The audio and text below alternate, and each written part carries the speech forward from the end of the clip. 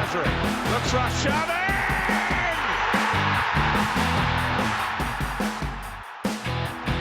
Gabriel Martinelli jusqu'au bout. Oh, il a fait l'exploit de Gabriel Martinelli. Le coast to coast façon NBA pour relancer les Gunners.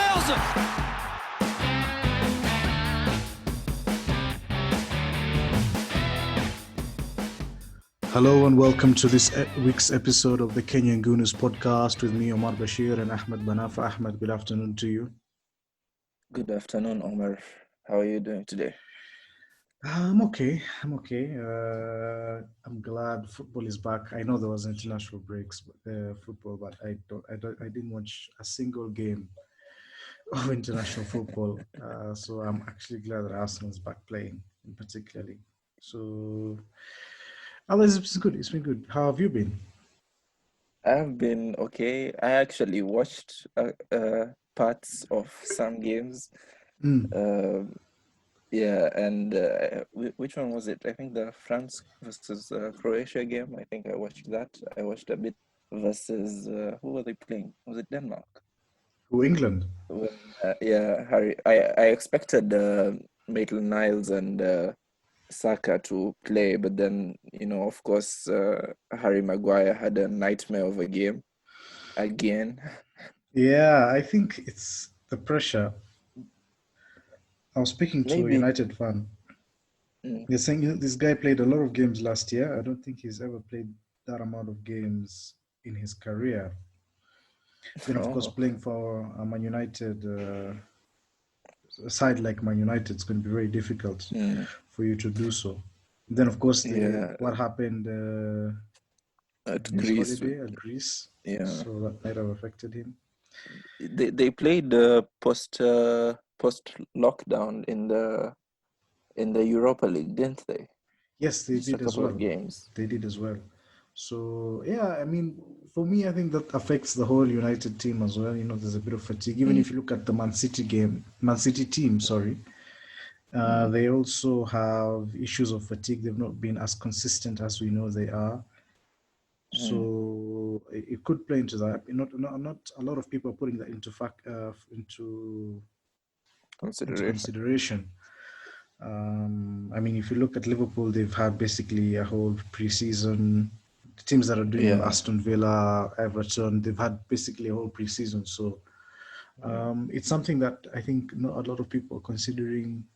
But then again, we know the media is not particularly fair on issues like this. So I'm not really surprised. On to Arsenal, though. Yes, Arsenal. That's what we're here to talk about, isn't it? Absolutely. What happened during the week? I don't think anything happened. Well, let's talk about the Arsenal players in the international break. Eddie Nketiah broke his under-21 England record. Yeah, congratulations to him. He broke the record. I think it was Alan Shearer, yes, and Frankie Jeffers. Alan Shearer, yes. So of course, it doesn't mean much right now, but we can see that Eddie is progressing really well. I think the consistency he's been showing when he's been picked, the kind of energy he puts into his games, I think he'll turn out to be a really, really strong player for Arsenal in the future. I think Nketiah is a very interesting story because personally, I don't think he has what it takes to be our first, number one choice to play as a centre forward in future. But I think he can be a very useful squad member. He can come up with a couple of goals during the season to help us. Do you really think that? I mean, with what Arteta sees in him and what the likes of Ian Wright say about him, the way he's the pure finisher. I think it's too early. He's still only 21. Sure, he's not lighting up the stage right now, but he has some consistency in front of goal, and I think I'm not saying he will turn out good.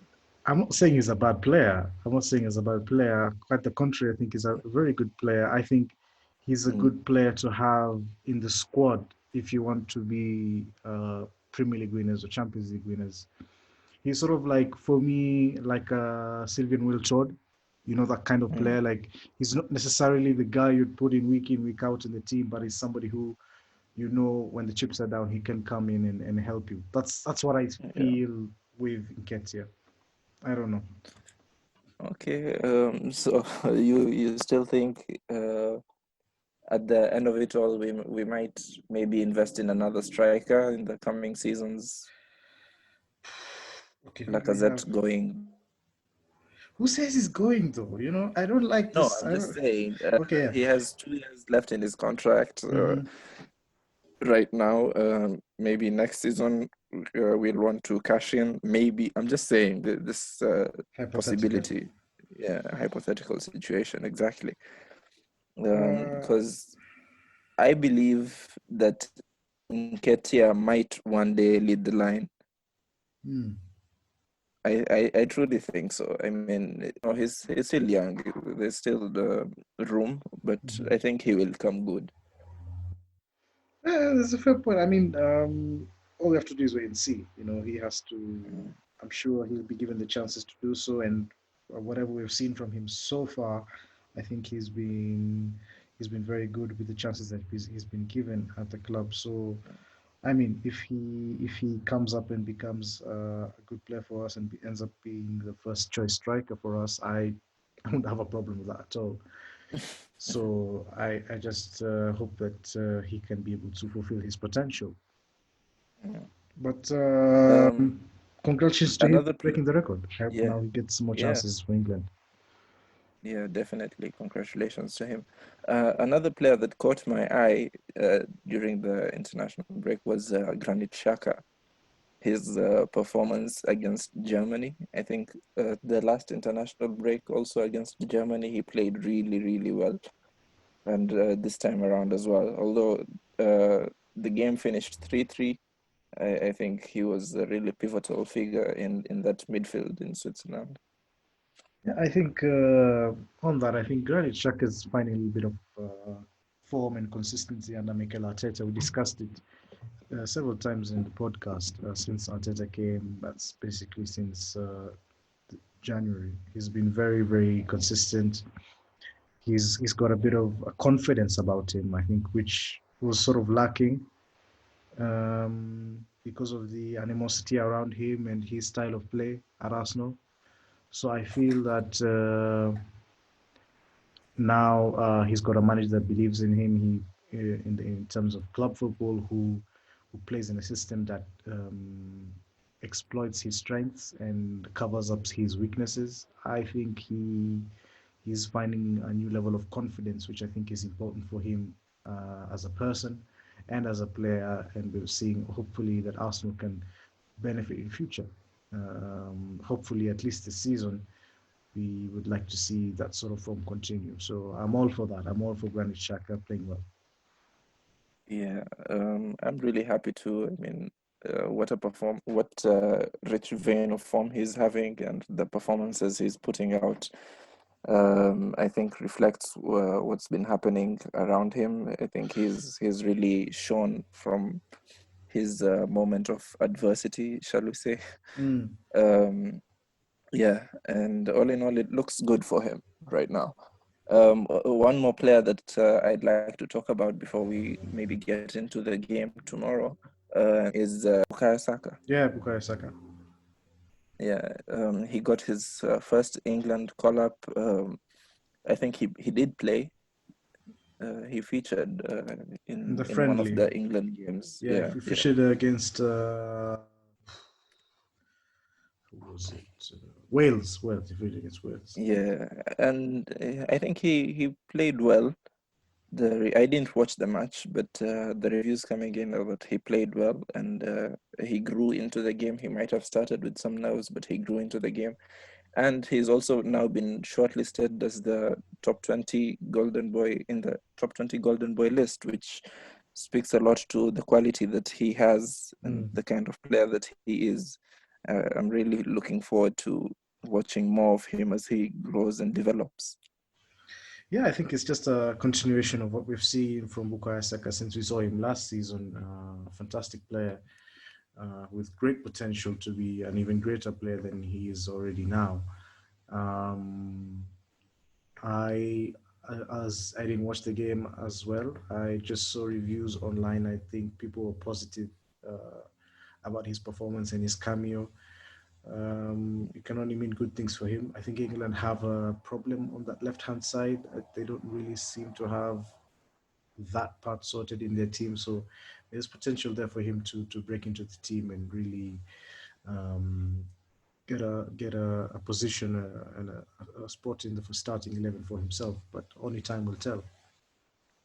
Yeah, of course. But yeah, again, good things all around for some of the Arsenal players, which is lovely to see. Yeah. Did you watch any Ghana games?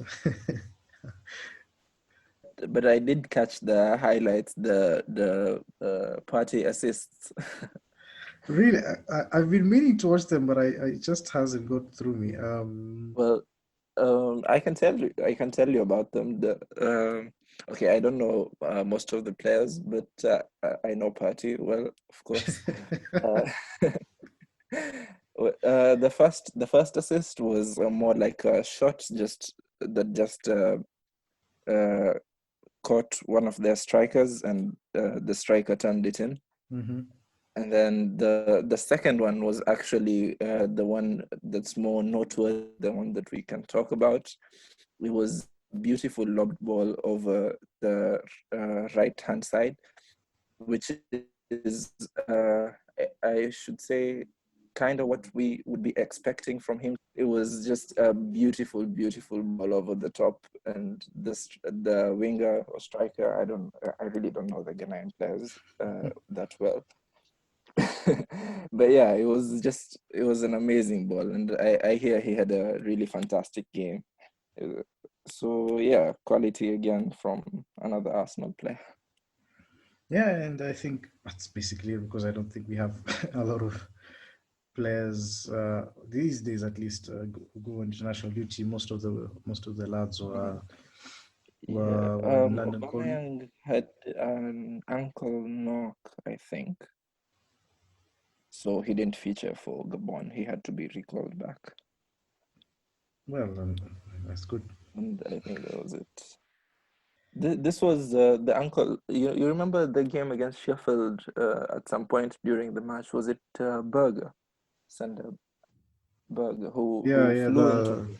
The Yeah, midfield. Yeah, it was a terrible challenge. I think yeah. this we talked about it in the podcast. I think. Yeah, we did. We definitely did. And I think this is the same ankle injury that is now niggling him. It's really frustrating to see the players in, like, I just wish there was some consistency among the referees to punish these players who fly into these tackles. It usually feels biased against us most of the time. Yeah. Well, it's it's sort of the theme. I think the level of refereeing in England, especially because I watch a lot of sorry, not Bundesliga. I watch a lot of La Liga and I watch a lot of Serie A, especially, and you can just tell the difference of refereeing. It's actually quite immense. Um, Yeah, I don't that's know. I really don't. unfortunate. I don't know. I think Yeah. it's something to do with. I think in England, like there's sort of like a reluctance for the referees to sort of break up the game. I don't know if you No, but understand the what. thing is, the Mm. thing is, they would do it. Uh, Players from other teams get booked or get red carded for similar offenses. Whereas when it comes to such fouls against Arsenal players, the teams usually get away with it. That's what's really frustrating, and it seems to be happening game in, game out. if you just look at the incident that happened, the Spurs game versus Manchester United. I don't know if we talked about this. There was the elbow from what's his name? Lalan? No, not Lalan. Lamela. Yeah, Lamela. The elbow from Lamela on Martial. Then Martial is the one who got carded out for some reason, and Lamela only got a yellow. But for us, we had a somewhat similar incident where the elbow was actually substantially harder. The Mane Shall I one. say? Yeah, the Mane one, exactly. So you do know what I'm referring to. Like the Mane wasn't even looked at all. At all. By the referee, by the VAR, and then next week something slighter, shall I say, maybe less severe, and that situation happens. So I don't know what to say. When it's against Arsenal players, there seems to be a clear bias against us, and I don't know why that is, but I really hope it doesn't keep happening. Well, what I'd like to see actually is the manager actually come out and say something about it, because I think it takes some sort of pressure. You need to apply pressure on these referees, because they will get away with these things. But if you keep on pointing them out, then when it comes on the weekend, they said, "Oh, the manager talked about this. Let's see if it will happen again." And I'm not saying like calling that thing out will bring change automatically to the referees, but the referees will respond to the pressure that's on them. If Mikel Arteta comes out on the weekend and says, "I think today we were hard done by with some of the decisions that were made. Referees need to be more consistent about such things," and then next week something similar happens, not maybe in an Arsenal game, but in another game, then I think the question will be put on and it'll become a discussion point, and the referees will now. But if the manager keeps quiet and says, "Oh, I don't want to talk about referees, I want to talk about the game," which is fine, I understand that, but the referees are a part of the game, and when they're not doing the job properly, it needs to be discussed. That's what I think, certainly. I'm not saying it's something that you should focus on, but I think it's an important part of the game that if the referee's performance is not optimum, you may end up costing you points in terms of refereeing decisions that have gone against you. So I feel that it's something that the manager, I think, especially Arteta, because I know I've seen Arteta talk about referees in a certain way to apply pressure, because some of the great managers have done that. We've seen Arsene Wenger do it. We've seen Ferguson. We've seen Mourinho, who have come out and spoken about the performance of referees in certain games. Yes, they've taken the fines, but it ended up, being, how can I put this?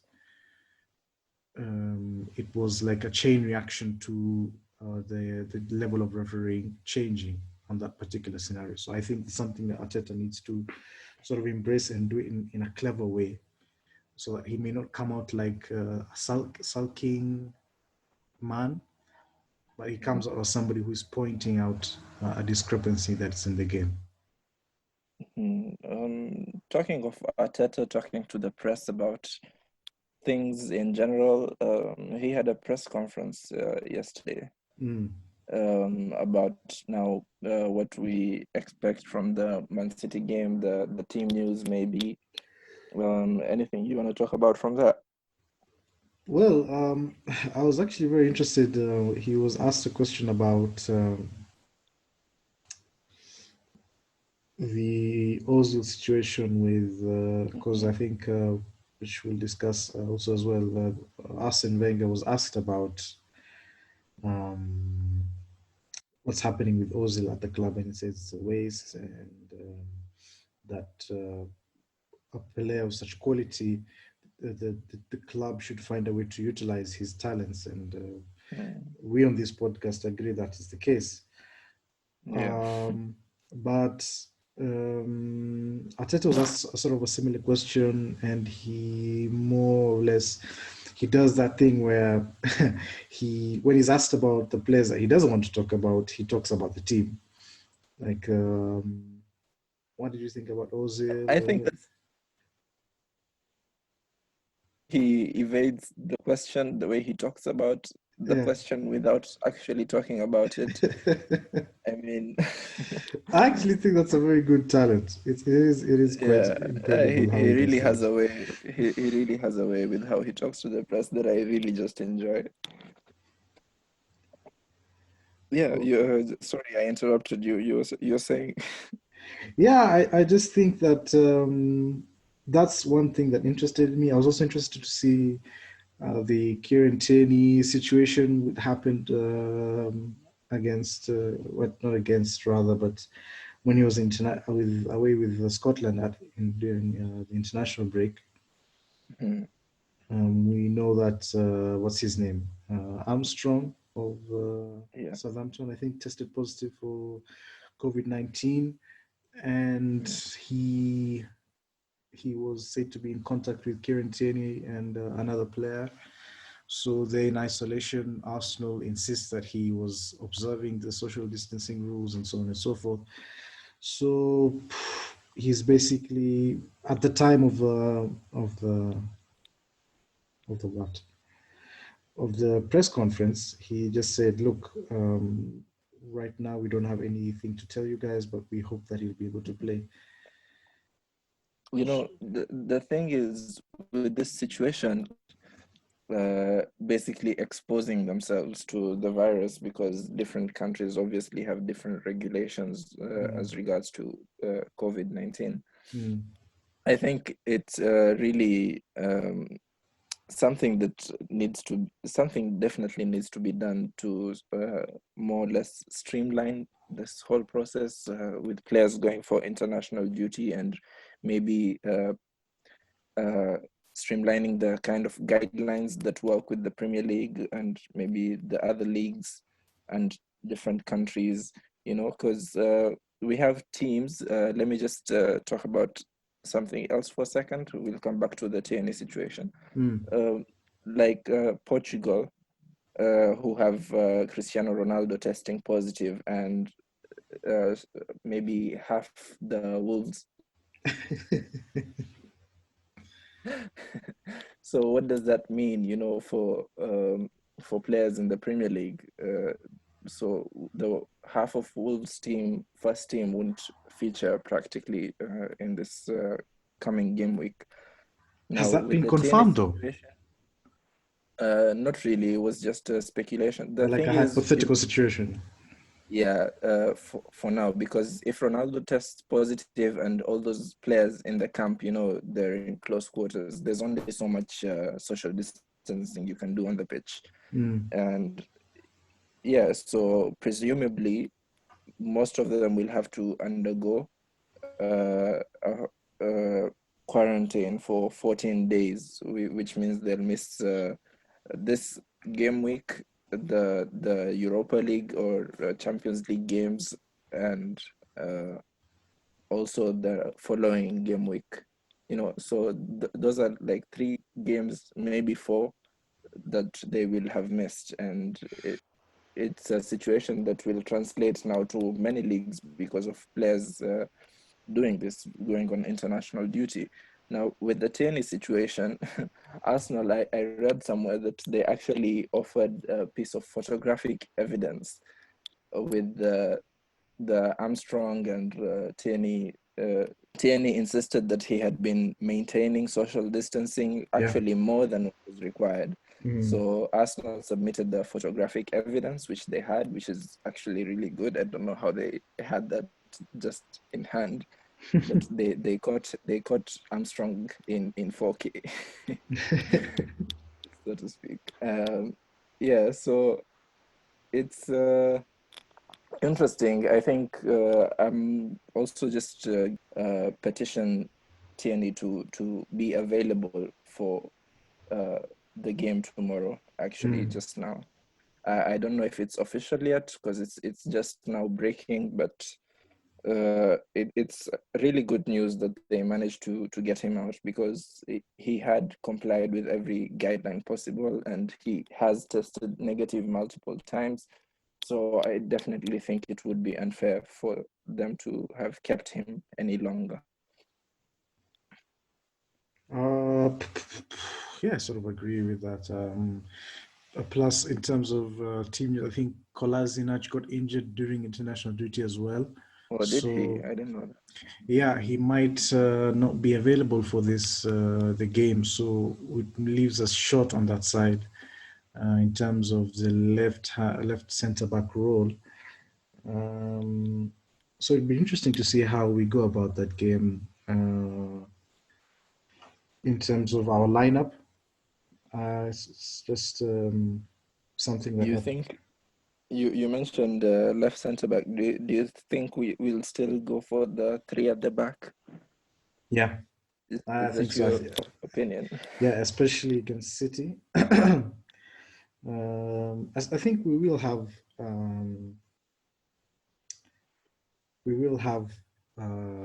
sort of a defensive sort of lineup in terms of what we have done very well against City in the past. I'm talking about the FA Cup semi-final. We played with a back three on the day, but I think we also depend on where we are in terms of fitness of the players who are coming back. We talked about Kolasinac, we talked about Tierney. So the availability of the players is very important, especially the way the left centre back role is played. I think Yeah, only normally, Tierney can play that role the yeah, way especially it's yeah, meant to be played. yeah. So there's nobody else who can play that role in the way it's supposed to be played. There's a lot of people saying, "Oh, you can put Gabriel there." I personally don't think so. I think Gabriel, in this sort of role, can only play in the center of the three. But Oh. if we have sort of a switch of the way we play in terms of Mm. that the right the right back in this case is Bellerin. He pushes forward, and then we have Gabriel sort of sit back the way we sort of have it like on the right hand side. I don't know if you're trying to. I don't know if you're understanding what I'm trying to say. We sort of like flip it and change it to the way Tierney would operate when we have the ball and as an auxiliary left back, and then slot in as a centre back. Whether we would have that on the right hand side, I don't know. Wait, so who would slot in as the right centre back? Uh, Bellerin? I don't know. I don't know. It's just food Wait, for thought. Bellerin for the right centre back. Yeah. And But who would be the right wing back?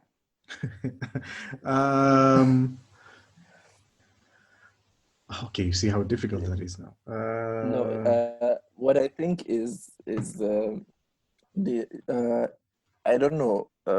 Assuming is that's assuming, or even if he doesn't play, we might end up seeing what we saw against Sheffield more, with El Neni falling back to add a bit more security. You think El Neni will play? But no, I'm just saying, if you look at that as the example, as the maybe stencil to copy from, so Partey, maybe if he plays in that position, he will be the one dropping back in the right centre back position, and that way we still have three centre backs, and then Bellerin can still go forward, because if you put Bellerin as right centre back, as you say, that's I think limiting his quality and really restricting him. However, if you do that offers us more security, maybe we have yet to see how he manages. I mean, how he fits into the team with Arteta. Yeah, so maybe we do that. We copy off of the Sheffield game, and that way we'll have four at the back, and we have the extra man in midfield who has the engine now to go up and down. Man City does not dominate us in midfield like they have been doing for the last couple of years. Yeah, that would be very interesting to see. I am actually looking forward to having a three-man midfield. I think that would diversify how we play in terms of progression of the football up the pitch in terms of midfield area, because the midfield area, when we are offensive, is sort of like a by the way. It's sort of bypass. We normally progress the ball through the wing. So it'd be very interesting to see how that midfield will develop once, of course, with the signing of Thomas Partey. John, what? Let me ask you, on the party thing, do you think we should risk him against Man City? Because I've been seeing some people on, I'm not on Twitter, I'm more on Reddit now. Some people on Reddit have been saying maybe Partey needs to be, what's the word? Saved? No, that's not the right word. Protected, maybe. He shouldn't come out against Man City. Maybe he should just wait and see. Maybe learn from the games, just observe, see what Arteta wants from his side. Or do you think, are you for the guys that say just put him in there and just throw him in the deep end against Man City? Personally, I prefer him to be sort of slowly introduced into the team. I don't think there's much to risk in the game. I think we'd just go with what we normally know. Ceballos, Xhaka in midfield. I think the issue now comes with availability in terms of the left back. But I think if it were up to me, I don't think I would start Partey. I'd probably give him a couple of minutes in the Europa League squad, then maybe. Why not? The question for me is why not? Because this is a guy we bought for exactly this sort of game. He is fit. He is in his prime. He comes from a top team in Atletico Madrid. He's been playing against these kinds of. He plays against Barcelona and Real Madrid, and I mean, isn't this the kind of game that we got him for? Why not just put him in there to do what he does best? Well, okay, you raise a good point, but I think that the way Arsenal play, I think every single player in every single position has a very specific role on what they're supposed to do with or without the ball, and I think that usually takes time. I think in a team where not a lot of thought goes into the tactical part of the game, it's very easy for a player to come in. I'm talking about something like Manchester United.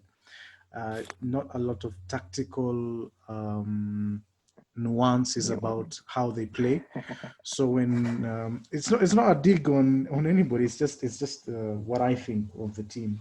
So it was very easy for somebody like Bruno Fernandes to just be thrown into the sort of turning the game because you couldn't see that sort of.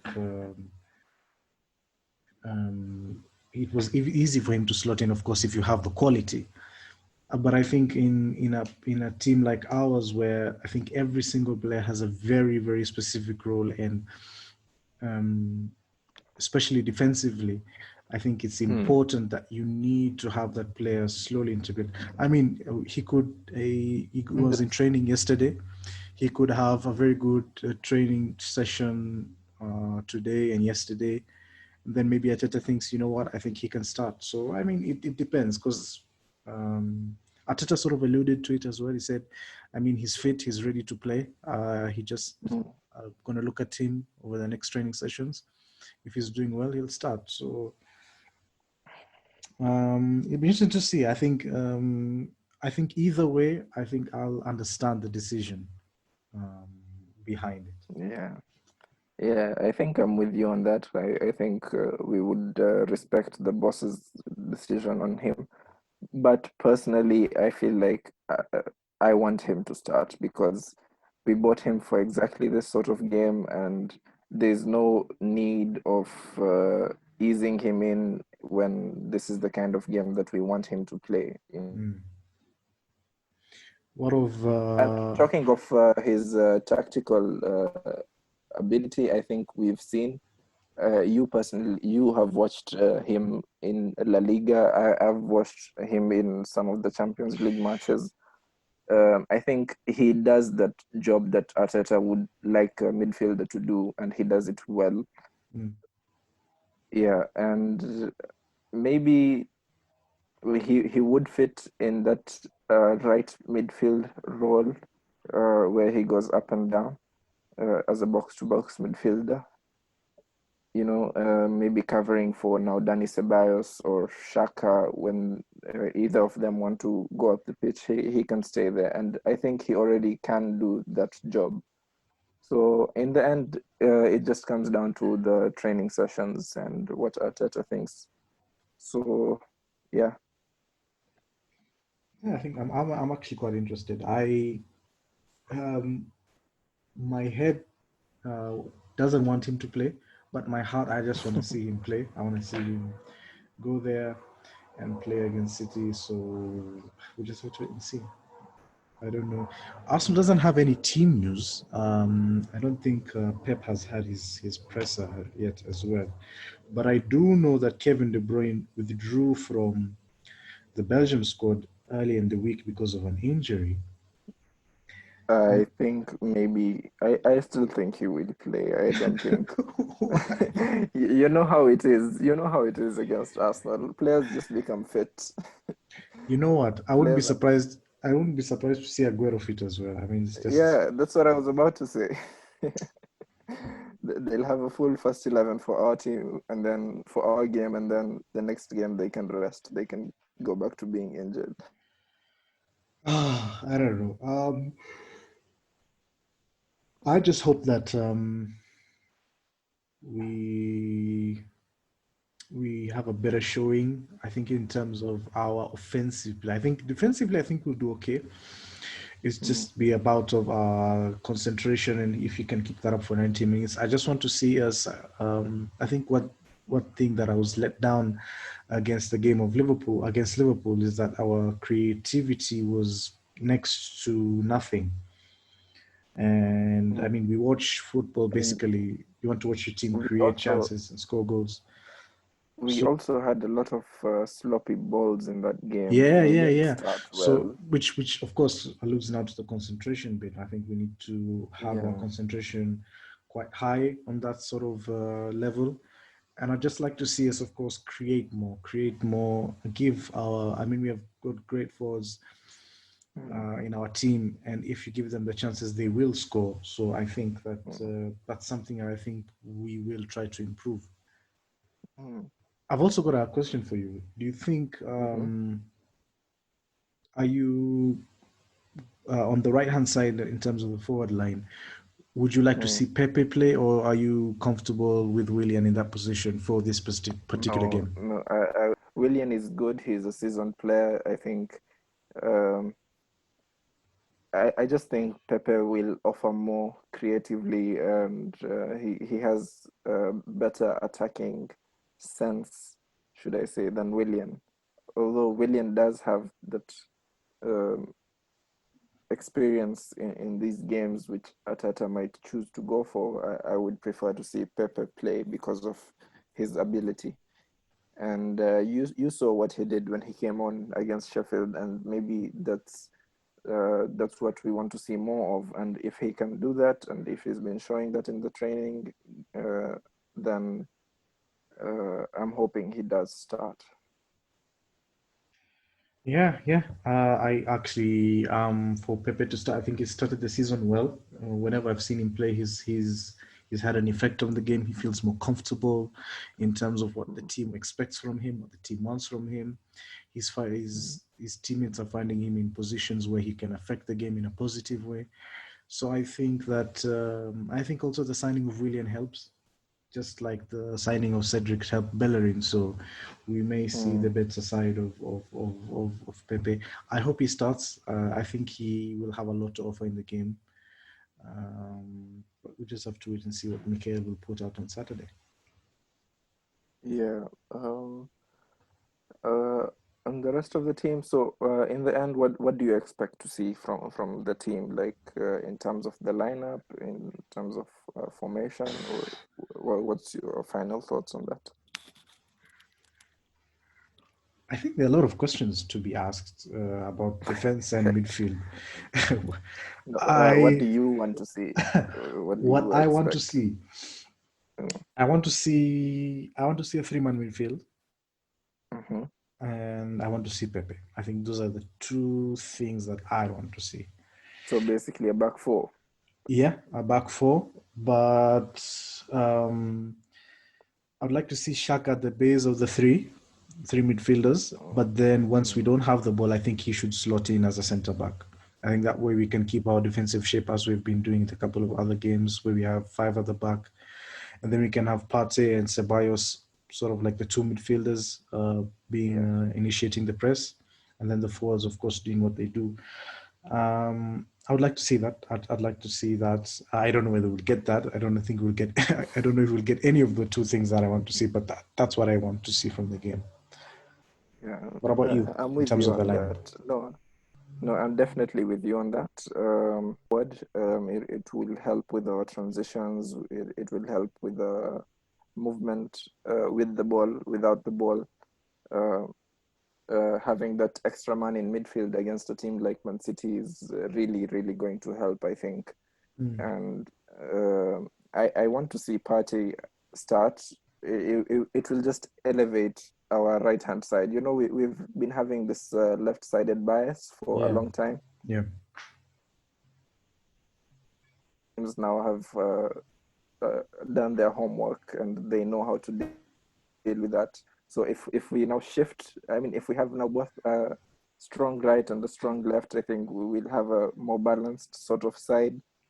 So if Partey comes in, Pepe up ahead of him, Bellerin in support, whatever he ends up playing, you know, because he does come inside, he moves forward, he does everything now. Uh, so yeah, I want that. I want the three-man midfield. I want Partey to start. I want Pepe to start. The rest of the team, I think, picks itself. Yeah, pretty much. So yeah, we'll just have to wait and see. It's tomorrow, 7:30 p.m. Kenyan time. I will certainly be watching that.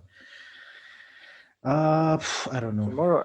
Tomorrow's games are actually all good. Yeah, there's the Everton game, and then who plays after them? Merseyside derby, and Yeah, then after that, there's a game before us. yeah. What is the game? Just give me a second. I'm checking on that. It's Chelsea Southampton, which is also a Go really good Southampton. game considering the form of Southampton. Then the after us, the final game is Newcastle and United. Ooh. Who's home? Newcastle. Good, that's good. We'll just have to wait and Yeah. see. I don't know. Anything else you want to talk about? Um, Wenger has been a busy man this past 2 weeks. I mean, we don't hear a peep from the man in 2 years, and then all of a sudden he's giving presses everywhere, He's left, right, and center. everywhere. I was Yeah. actually trying to catch up a couple of the articles before we started the podcast, and I think I've gone through half of them. Oh, wow. um, he's I've saying only seen, sorry, I've only seen a few bits and pieces of his quotes going around. Yeah. Um, it's really interesting. You've already talked about what he said with the Ozil situation. yeah. Him on that, I think it's a waste. What else? What else caught your eye? Um, no, it's a non-Arsenal thing, but I was very interested to see what he had his opinion about throw-ins. Oh, He uh-huh. he said that normally I think when a team has a throw-in, 80% of the time, the team that has the throw-in loses possession because basically you have 10 men on the pitch versus 11. Sorry, that was 80% of the time. Yeah, 80% of the time. Wow. So he says that I think the teams should have an option, especially in their own half, at least. Mm-hmm. When a team has a throw in their own half, they should have the option of kicking it, like sort of like a free kick instead of a free kick Oh, on the line. instead of a throw-in, which I think makes a lot of sense. That's very interesting. Yeah, And I do agree, but does that really help if you end up having a free kick in your own half, you would want to progress the play further forward, right? So you would have to take like a deep free kick. You know what I mean? Like yeah, you'd go but long with the free kick, that which okay. you'll still end up losing the ball anyway.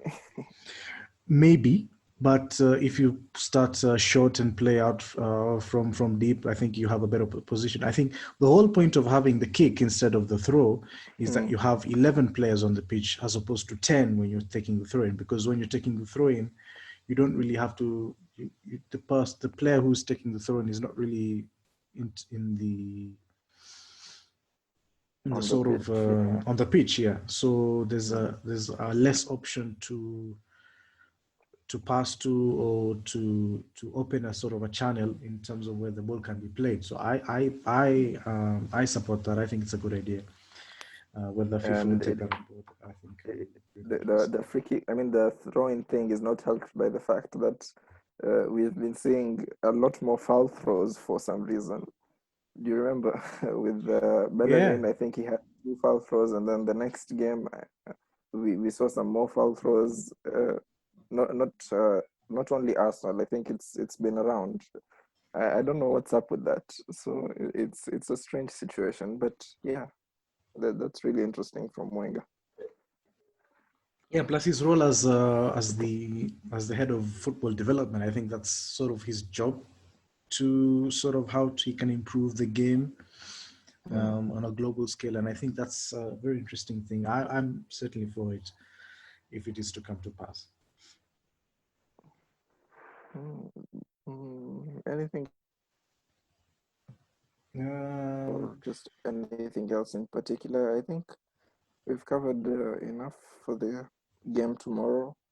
yeah. We haven't yet seen, as you said, Pep's team news, so there's not much we can say. Yeah, I think I'm just hoping that everybody's injured and they'll be playing the under 15s. I think that would be fine. I would fully endorse that. Yeah, fantastic. We love to see that.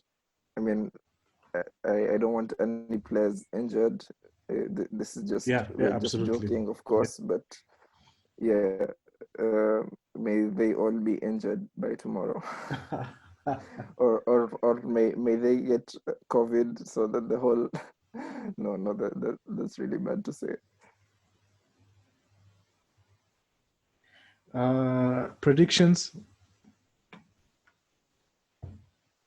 But I'll be brave and go for a 2-1 win to us.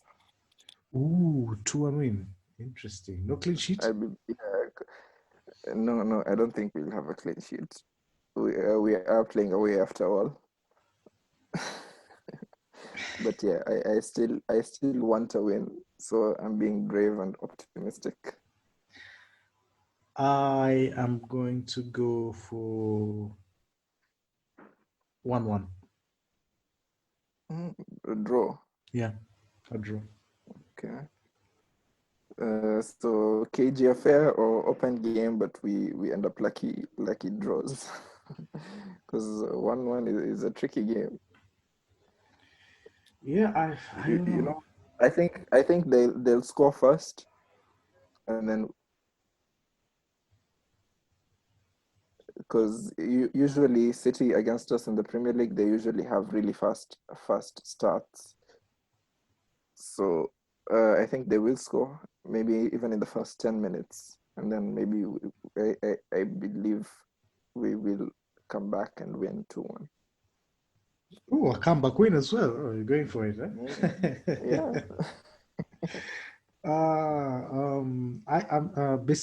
But I think the most important thing for me, I think, is creativity. I want to see a cohesive performance from the team, defensively and offensively. I think that's what I want to see. We didn't really see that against Liverpool. I think defensively we were okay. I know we conceded 3 goals, but I think we didn't do that much wrong compared to what we have done in the past, at least. No, I think with the Liverpool game, it's what quite a few mistakes that were not helping us get out. Yeah. We were just not progressing the ball as well as we have been, or as well as we maybe should have. So I think if we can do that, then things look on the up and up for us. Hopefully we get the win and Liverpool lose again, and yeah. Basically, everyone lose points. Everyone else that we consider our rivals. Who are Spurs Spurs on Sunday. They're playing West Ham, who are on very good form right now. So this is me rubbing my for hands. yeah, I can hear. Who else? Leicester is against Aston Villa, who again are unbeaten right now. Mm-hmm. The ones we already know: Southampton, Chelsea. I want Southampton to go for that. They're also not bad, and Chelsea are still maybe finding themselves. So maybe Southampton can nick some points off of them. And Newcastle United, that's what's his name? Saint Maxima Masterclass. he usually likes playing against Manchester United. He likes playing against everybody, to be fair. So yeah, looking forward to their losses. Yeah, especially we'll be going up against a big team. So I mean, it's not beyond the realms of possibility that we lose that game. So it would be nice to see that some of our rivals in terms of the Champions League spots do actually drop a couple of points. I think that would be good. Yeah. Looking forward to the weekend after. Wait, do you play the Fantasy Premier League this season? No, I give that's up on not for that. you. It's not for me. It's too. The last time I played, it's just too much. I don't want this. This season, I'm an Arsenal fan. I think that's enough. Let me tell you, this season for me has been horrible. Absolutely. I'm not even gonna feel sorry for you because I told you about this. Wow. I don't even know what to say, man. I haven't used my wild card yet. I'm still waiting for team news at the end of today, and then I will see. Because it's been just hell. Wow. I don't know. I'm hoping. I'm hoping I make some good decisions today. Well, I think it's just gonna end up in tears, but I'm here for the show, so you carry on. Thank you. Okay, guys, I think we should leave it there, Ahmed. I don't know when. I'll try to look for the presser for Pep, and then we see what happens, and hopefully De Bruyne is not playing. But most likely he will. I don't know. So once again, I'd like to thank all the listeners. I forgot to send out questions today, so apologies to the fans who wanted to send out questions. But we thank you all the same for your participation in the podcast, the questions, the likes, and everything. Thanks again to Ahmed for joining me here today. And thank you to everybody, basically. And we will see you after a good win against Man City, hopefully this weekend. So thank you, guys. Cheers. Bye-bye.